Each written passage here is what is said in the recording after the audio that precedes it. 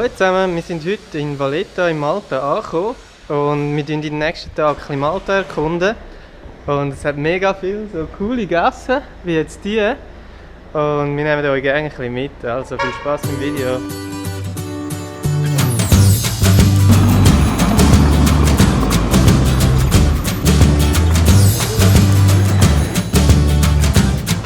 Da ist schon wieder das Hotel.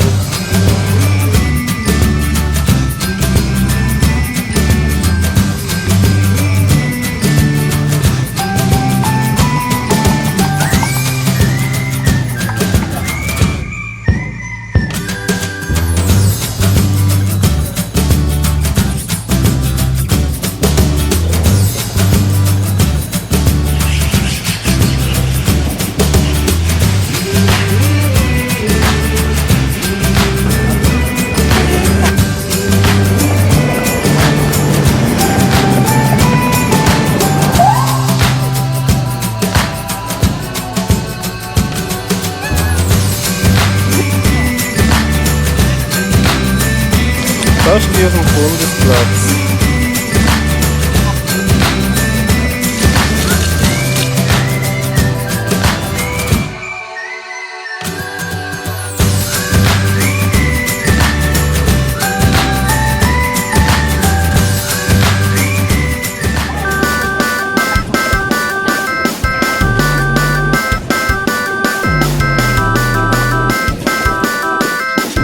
Was haben wir eigentlich gekauft? Wie heißt es?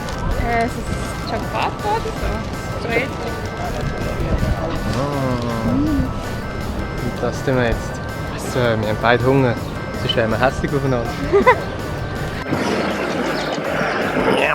Valletta ist mega lässig. Es hat eigentlich von der ganzen Stadt aus sieht man immer das Meer runter.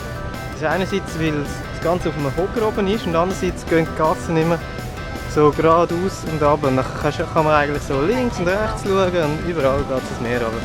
Das ist irgendwie voll cool.